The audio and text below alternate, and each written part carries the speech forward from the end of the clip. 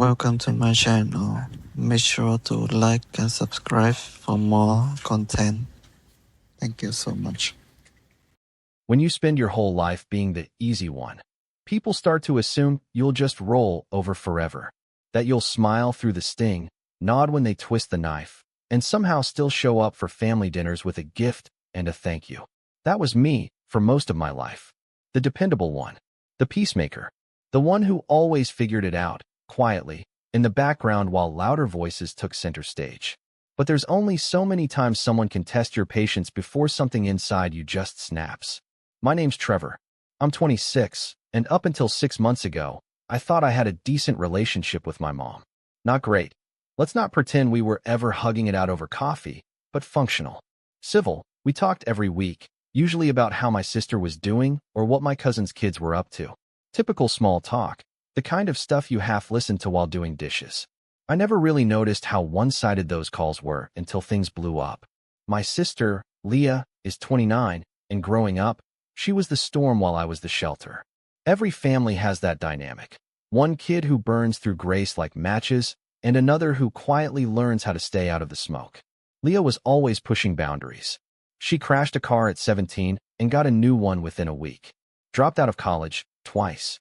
Dated guys who gave off every red flag in the book, and somehow, she was always the victim. My mom, for reasons I've never fully understood, treated her like a glass ornament, fragile and precious, no matter how sharp her edges were. Me? I was sturdy, self-sufficient, not in need of the same kind of help. At least, that's how she put it. I moved out the second I turned 18. Saved every penny from my part-time job, skipped spring breaks, missed parties, worked weekends, because I knew if I ever wanted a place of my own, no one was going to hand it to me. And after 8 years of grinding, side gigs, and living below my means, I finally did it. I bought a small, slightly run-down apartment in a not-so-fancy but quiet part of town. It wasn't much, but it was mine. The walls were a dull yellow, the floor creaked near the bathroom, and the kitchen cabinets had handles that fell off if you pulled too hard. But the place had potential. More than that, it had meaning. I spent every weekend for the next 3 months fixing it up. Painted the walls a soft gray blue I'd fallen in love with on a home design blog. Replaced the cracked tiles in the kitchen myself after watching way too many YouTube tutorials. Even installed a floating shelf system in the living room to display a few books and plants. I didn't have a lot, but every single thing in that space had a story behind it. The couch? Picked it up off Craigslist for a steal, reupholstered it with my friend Emma over 3 pizza-fueled weekends. The TV stand? My old desk, repurposed and painted matte black. It was my first real home, and I poured myself into every square inch. My mom came by once, during the renovations. She stood in the middle of the living room while I explained how I'd patched the drywall myself and nodded slowly, distracted. Her eyes drifted from the unfinished baseboards to the ceiling fan I hadn't installed yet. Then she said, "Leah's going through a rough patch, you know. She might need a place to crash soon." I blinked at her, holding a screwdriver in one hand and a dripping paintbrush in the other. "I'm sure she'll figure something out," I said, not thinking much of it. Leah always needed something, and somehow, someone always swooped in to save her. But there was something in the way my mom looked at me then, like I was just holding on to something she hadn't quite decided I deserved yet. I brushed it off. Just another offhand Leah comment in a sea of Leah comments. At that point, I trained myself not to react. It was easier that way. I didn't want to start a fight, especially not while I was finally building something of my own. A few weeks later, I finally moved in. I slept on that Craigslist couch the first night because my bed hadn't arrived yet, and I didn't even care. I just remember lying there, looking up at the freshly painted ceiling and feeling something I hadn't felt in a long time. Peace. Like I'd finally stepped out of someone else's shadow and into my own life. For the first time, I didn't owe anyone anything. No roommates. No landlords. No noise. Just me and my little apartment. I didn't even tell most of my extended family. I wasn't trying to flex. I just wanted to enjoy it quietly. My mom knew, of course. She even came by once or twice after I moved in, always with a slight edge of surprise in her voice. "It's really cozy," she'd say, running her fingers over the wood countertop I spent 2 weekends staining. Then she'd immediately pivot into some drama about Leah's latest breakup or car trouble. I'd nod, offer generic support, and try to change the subject. I should have known something was off when she started asking about my work schedule. Do you work late on Thursdays? She'd ask during one of our weekend calls. Or, are you still going to that gym across town? What time do you usually leave? It was weird, but again, I brushed it off. Maybe she was just trying to make conversation. Then, one Friday night, after a long day at work, I came home to find my key didn't work. At first, I thought I'd grabbed the wrong one. I jiggled it, twisted it, even checked my wallet to make sure I wasn't losing it. But no, it was the same key I'd used every day for the past 2 months. I knocked, confused. Waited. Knocked again, louder this time. I was starting to panic when I heard movement inside. Footsteps. Then voices. And then the door opened. There, standing in my apartment, was Leah. Hair in a messy bun, wearing an oversized hoodie I recognized as mine from high school, holding a wine glass like she'd just settled in for a relaxing evening. She looked at me like I was the one intruding. "Trevor," she said, blinking like I'd just shown up uninvited. "What are you doing here?" I just stared at her. I couldn't form words. My brain couldn't compute what was happening. "This is my place," I finally said. "What are you doing here?" She had the audacity to look annoyed. "Mom said you were barely home, and I needed a fresh start. My lease was up, and I couldn't keep staying with Dan after the breakup, so I stepped back, heartbeat thudding in my ears. "She gave you a key?" Leah didn't answer, but I could see it all in her face. "She changed the lock," I said slowly, more to myself than to her. "You guys changed the lock on my apartment." Leah crossed her arms. "Mom said it made more sense for me to stay here. You're barely home anyway, and I need it." I turned around and walked straight to my car, hands shaking. I didn't know what I was doing or where I was going. I just knew if I stayed 1 second longer, I was going to say something I couldn't take back. And the worst part? As I pulled out of the driveway, I caught a glimpse of her through the window, sitting back down on my couch. The one I reupholstered. The one we spent 3 weekends fixing up. That's when I knew. This wasn't some misunderstanding. This wasn't some temporary situation. They'd planned this. And that's when everything changed. When I say I sat in my car for over an hour that night, I mean it literally. Engine off, headlights dimming, phone buzzing with 2 missed calls from my mom and a text from Leah that said, "Didn't mean to upset you. Come back when you've calmed down." I read it 3 times. Calm down. She was living in my apartment, using my things, drinking wine out of a glass I bought from a thrift shop for 50 cents and was proud of. And now she was telling me to calm down? I didn't reply. I just stared through the windshield at the dark suburban street, trying to process how this happened. How I had become the one knocking on a locked door while my sister settled into a home I built with scraped knees and maxed out energy drinks. The betrayal wasn't loud. It wasn't explosive. It was subtle, cold, calculated. I ended up crashing at a friend's place that night, an old college buddy, Marco, who didn't ask many questions, just handed me a blanket and said, "You good?" And I said, "Yeah," even though I clearly wasn't. I didn't sleep much. The next morning, I drove straight to my apartment complex and parked across the street. I wasn't sure what I was doing, but I wasn't going to just disappear. I needed answers. Closure. Justice.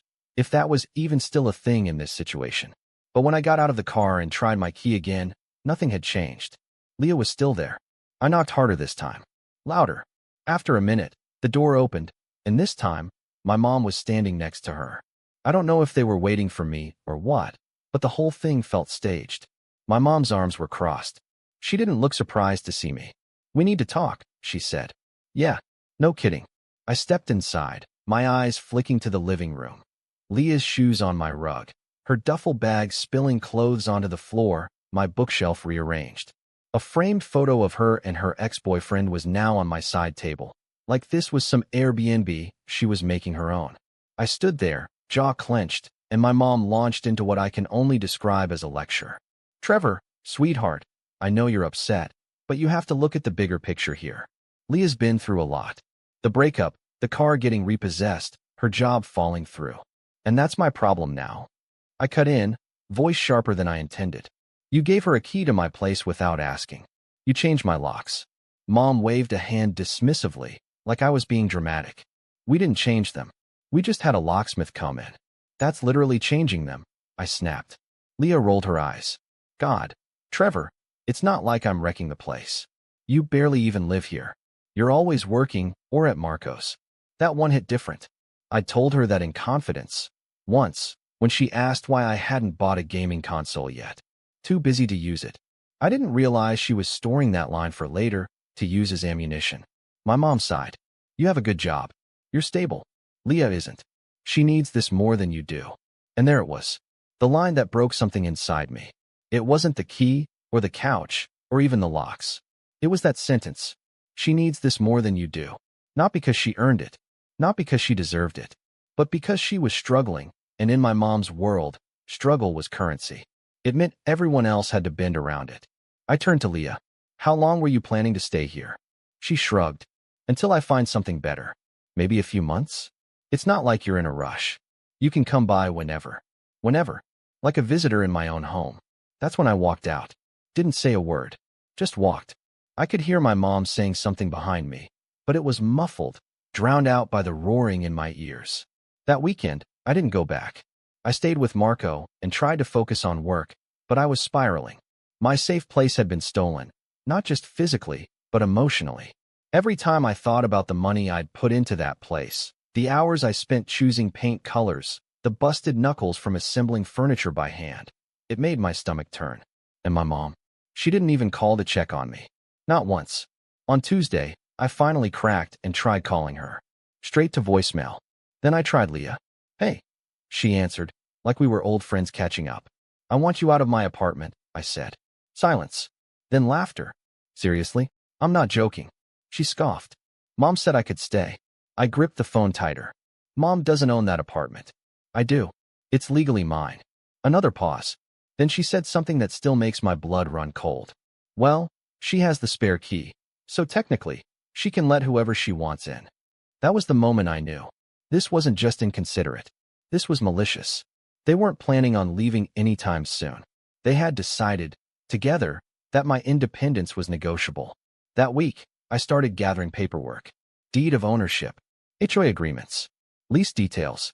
I made an appointment with a lawyer friend I barely knew, just to find out what I could do. He was blunt. You're the legal owner. If she refuses to leave, you can file an unlawful detainer. The word evict felt so surreal. Like I was some cartoon landlord with a mustache, waving a cane at a tenant. But this wasn't a tenant. This was my sister. And the more I thought about it, the more I realized how deep the entitlement ran. Because it didn't stop at the apartment. A few days later, I stopped by to grab some of my stuff. A box of tools I'd left in the hall closet. I knocked first, out of some leftover sense of courtesy. Leah answered the door, barely looking up from her phone. What now? She muttered.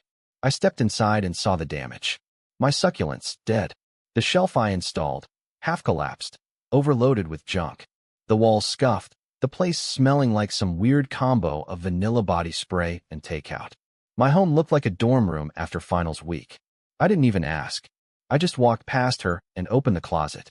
Hey, she snapped. You can't just barge in here like that. I turned, stunned. Barge in? This is my apartment. Her eyes narrowed. Not when I'm living in it.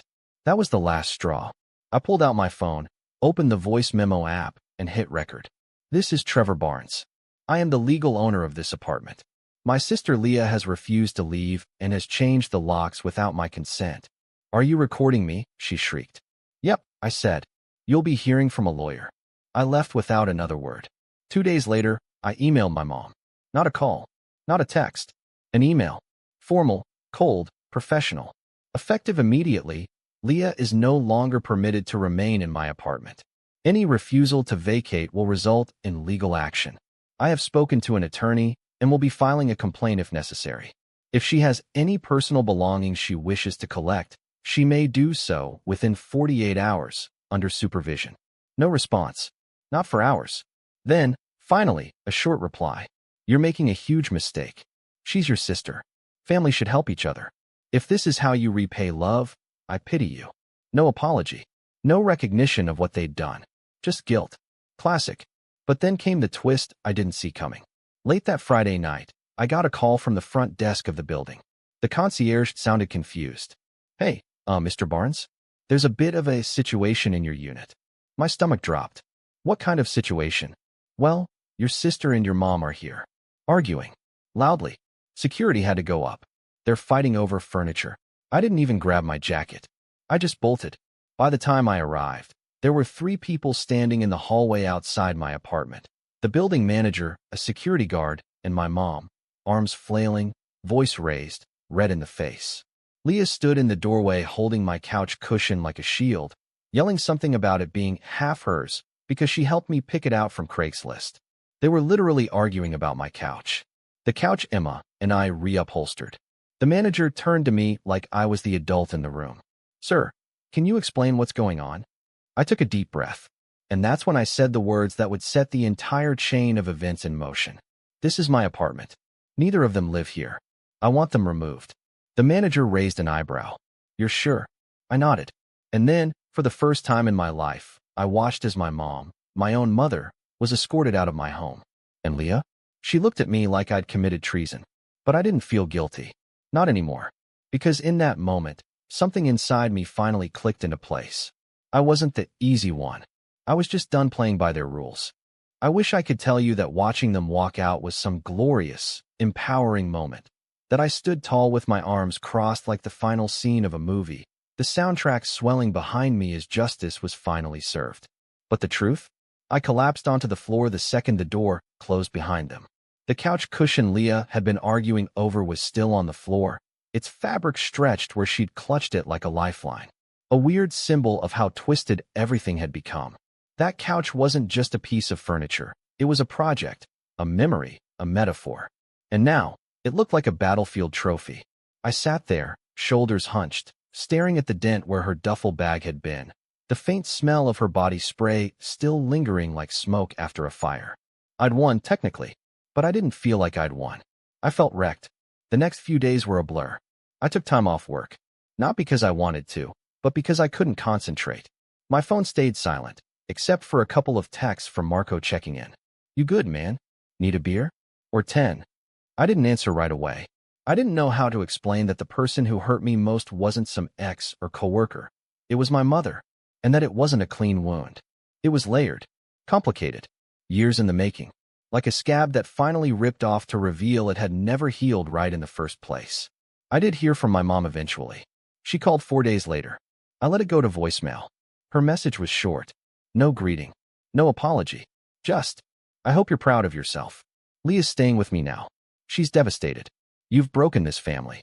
That was the moment I realized she wasn't going to apologize. Not now, not ever. In her mind, I was the villain for setting boundaries, for refusing to sacrifice what I built for the sake of someone else's chaos. And that realization broke me. That night, I laid in my bed, my actual bed, finally, and stared at the ceiling fan I'd installed myself, watching the blades spin. I'd done everything right. Worked hard. Stayed quiet. Didn't ask for much. And still, it wasn't enough. I thought about selling the apartment. Seriously, just packing it all up and starting fresh somewhere else. Maybe a new city, new job, new number. Just erase the whole chapter and pretend it never happened. But then something stopped me. I think it was the floorboard near the bathroom. The one that always creaked when you stepped on it, no matter how careful you were. The one I'd planned to fix a dozen times, but secretly liked because it made the place feel real. Lived in. Mine. I stood up, walked to the kitchen, and brewed a pot of coffee at 11:30 p.m. Then I opened my laptop and made a list titled, "What I Still Control." It had 2 items. My time. My space. That's it. Everything else, family, emotions, relationships, felt like a minefield. But those 2? Those were still mine. So I started with what I could control. The next morning, I threw out everything Leah had touched. Not in a dramatic, angry purge, just methodically, quietly, like scrubbing off graffiti. Her shampoo, her takeout containers, the old hoodie she left on the floor, even the coffee mugs she'd brought from Mom's house, chipped and mismatched. Then I spent the next week reclaiming the apartment. Not just physically, but mentally. I repainted the wall she'd scuffed dragging her suitcase in. Deep forest green. Rich. Clean. Mine. I ordered a new throw blanket to replace the one she'd spilled wine on. I rearranged the bookshelf, bought a new rug, and replaced every light bulb in the place. I even got one of those scented diffusers and made the entire apartment smell like cedar and citrus instead of anxiety and resentment. Bit by bit, breath by breath, I started to breathe again. Marco came by one weekend with a six-pack and a confused look on his face. "This place looks different," he said, plopping onto the now pristine couch. "It is," I said. He nodded, slowly, then looked at me sideways. "You good?" I shrugged. "Getting there." He handed me a beer. For what it's worth, that was the most insane story I've ever heard. "Still living it," I muttered. "Yeah, well, you handled it better than I would have. I'd have set the place on fire." I laughed, and it felt real. First time in a while.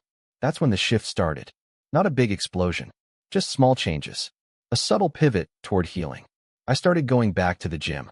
Not because I wanted abs or whatever, but because I needed somewhere to put the rage, the confusion, the grief. I stopped answering my mom's calls. At first, it felt like holding my breath underwater. But over time, it became easier. Liberating, even. I set my phone to do not disturb every evening after 7. Stopped checking social media. Started journaling instead. One night, I wrote, "I used to think being the bigger person meant keeping the peace. Now I think it means protecting your peace." I taped that to my fridge. Eventually, I signed up for a local woodworking class. Totally random. I'd never worked with wood before beyond the occasional IKEA nightmare. But I needed something tactile, something I could shape with my hands. By week 3, I'd made a small end table with dovetail joints and a walnut top. It was crooked, wobbly, but it was mine.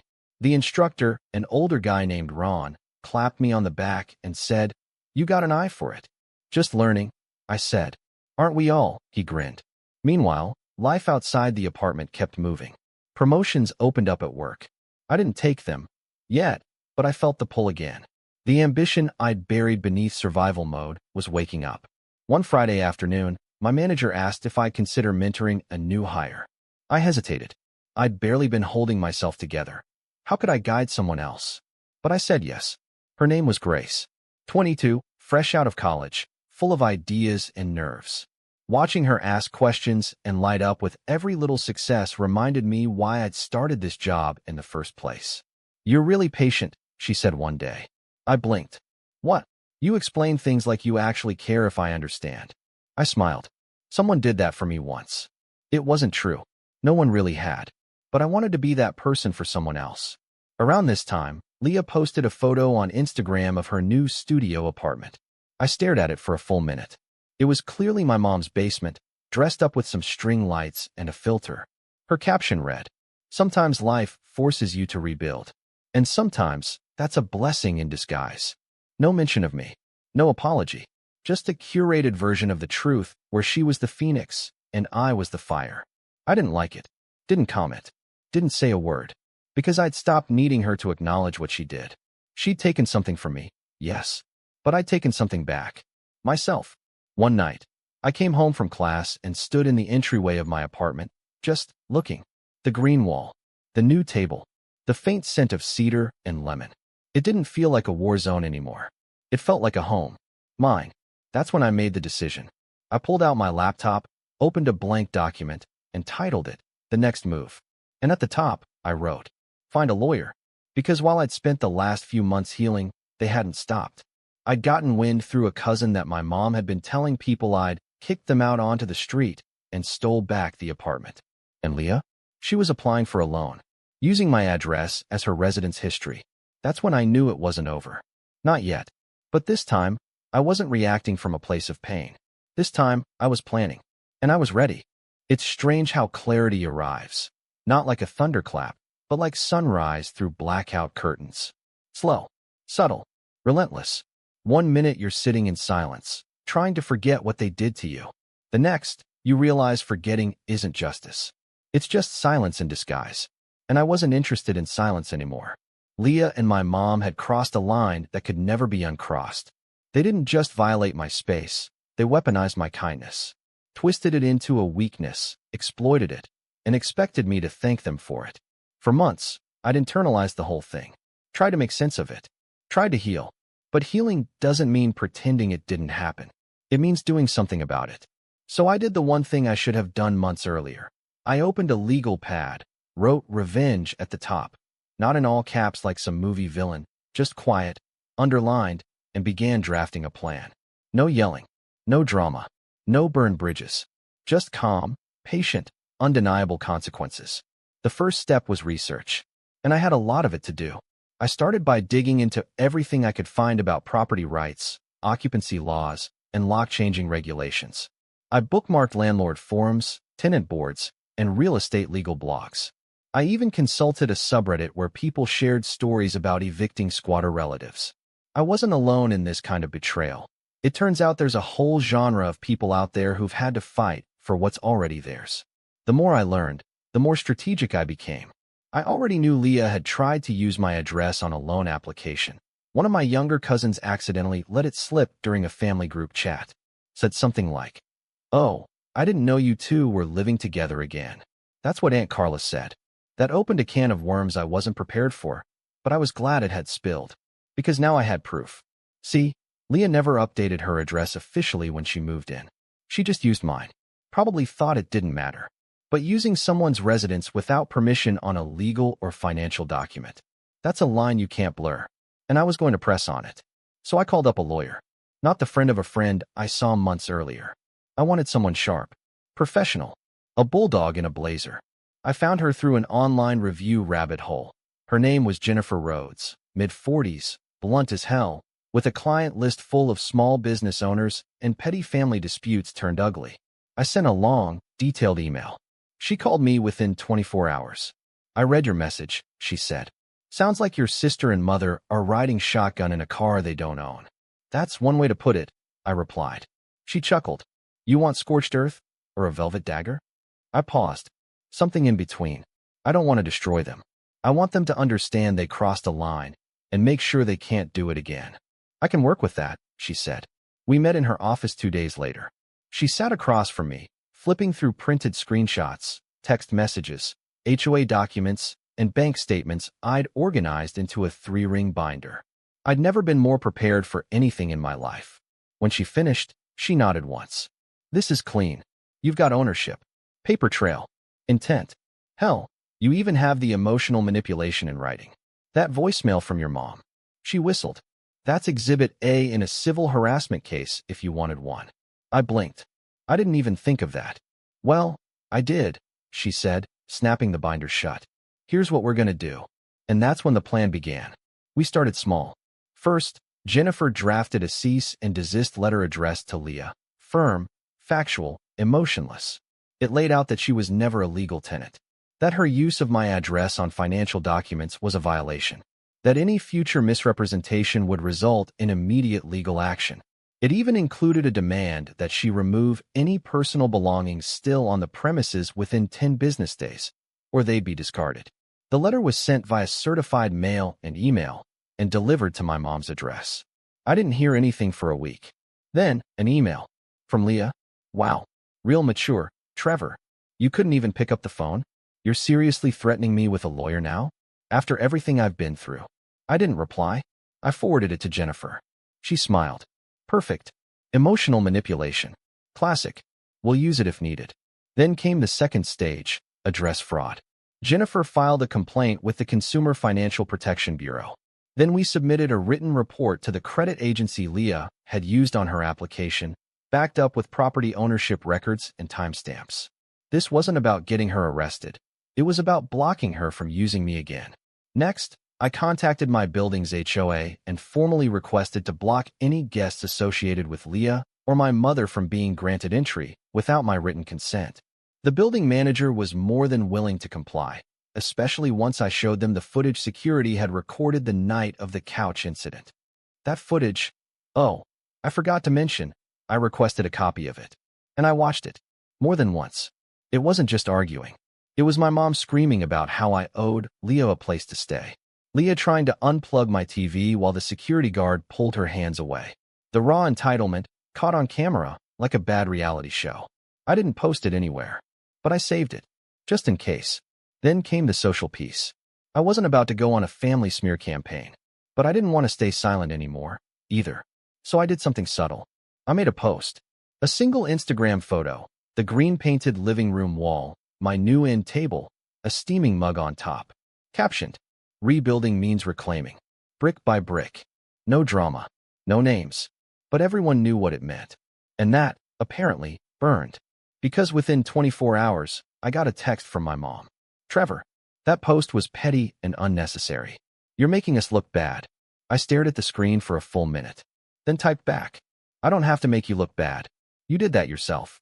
She didn't reply, and I didn't need her to. Around this time, I started gathering allies. Quiet ones. Cousins who'd always whispered about the favoritism, but never said it out loud.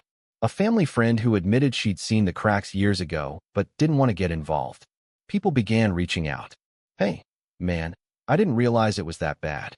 I always wondered why Leah got away with so much. My mom said your mom's been telling everyone you kicked Leah out with no warning. That true, and for the first time, I didn't deflect. I told the truth. Yes, she stole my key, took over my home, changed the locks. My mom helped her. I gave them weeks to leave. They refused. So I had to escalate. People went quiet after that, but they stopped calling me the villain.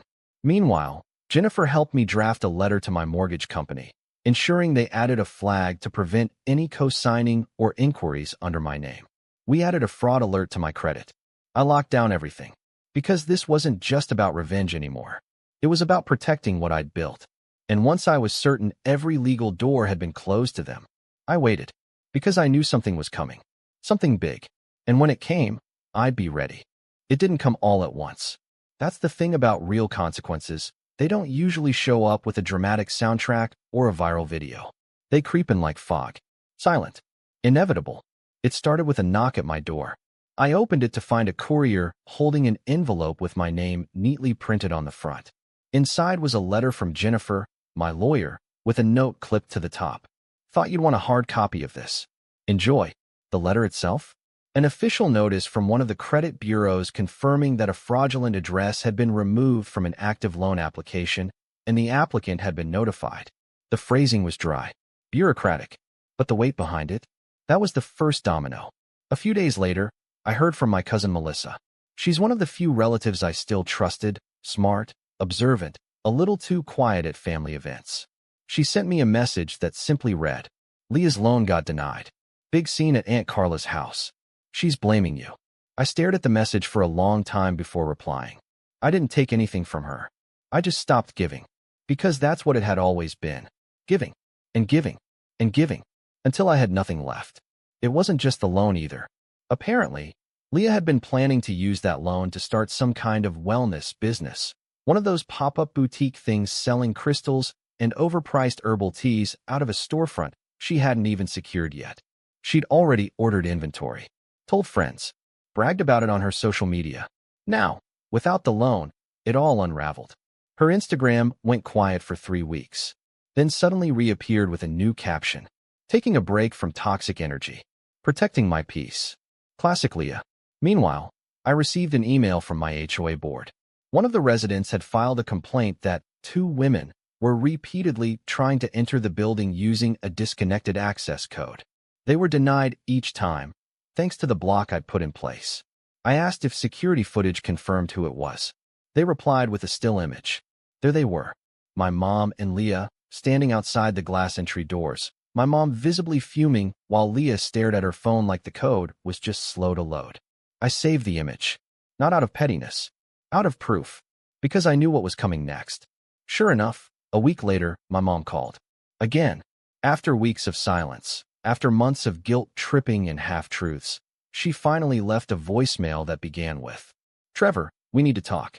It's not what you think. Leah's just been under a lot of pressure lately. I didn't listen to the rest. I saved it, forwarded it to Jennifer, then blocked the number.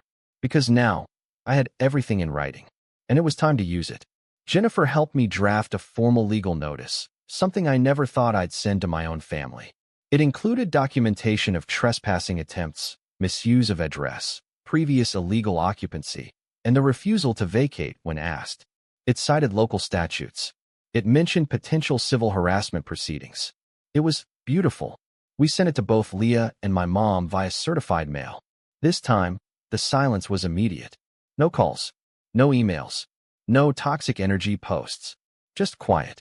Until one morning, I got a call from a number I didn't recognize.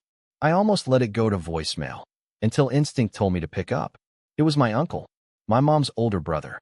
We hadn't spoken in years. Trevor, he said, I know we don't talk much, but I just wanted to say I've been watching all this unfold. and I think you did the right thing." I didn't know what to say. He continued, "I talked to your mom. She's rattled. But I told her straight up, she messed up. You built something. She tried to give it away like it didn't matter." He paused. "You're not the bad guy here. Don't let her make you feel like you are." And just like that, the air shifted. I'd spent so long feeling like the villain of someone else's story. But now I saw the truth. I was never the villain. I just stopped playing the role of the victim. That weekend, Marco came by again. We sat on the couch, my couch, eating pizza and watching some terrible horror movie on Netflix. Halfway through, he nudged me. "You seem lighter," he said. "I am," I replied. Because I was.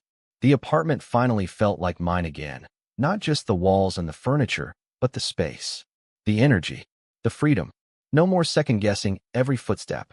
No more wondering what I'd find when I came home. No more feeling like a guest in my own life. Just peace. A week later, I got a letter in the mail. Handwritten. No return address. It was from Leah. I almost didn't open it. But curiosity got the better of me. It read, "I guess you got what you wanted. I'm back at Mom's, for now. She's barely speaking to me. Everyone thinks I'm some kind of leech now. Thanks for that. I don't expect forgiveness, but I thought you should know. You really hurt me. I know I messed up, but I didn't think you'd go nuclear on your own family. Anyway, hope your precious apartment's worth it." I read it twice, then folded it neatly and slid it into a drawer.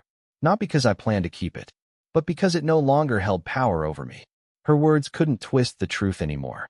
The truth was, I did get what I wanted. I got my home back. I got my peace back. And most importantly, I got me back. The version of me who didn't need to apologize for setting boundaries. Who didn't feel guilty for saying no. Who finally understood that family doesn't mean sacrificing your sanity so someone else can avoid growing up. In the months that followed, I kept building. The apartment became something of a haven. Friends would come over and say things like, "Man, this place just feels good." And I'd smile, knowing exactly why. I started teaching Grace, my mentee at work, more advanced stuff. She got promoted. Called me her career big brother. That one stuck. And Jennifer? She sent me a Christmas card that said, "To my favorite client who took down a family empire with receipts and grace." I laughed out loud. Because yeah, it kind of felt like that. Eventually, I did see my mom again. At a family event. A cousin's wedding. She looked older. Tired. Worn down by the weight of her own denial. We locked eyes once, across the room. She looked away first. I didn't approach her. I didn't need to. I had nothing to prove anymore. Because in the end, revenge wasn't about ruining her. It was about removing her. From my space. From my control. From the grip she used to have on my self-worth. And the fallout? It wasn't loud. It wasn't messy. It was just final. A clean break. A locked door. And a new key. One that only fits my hand now.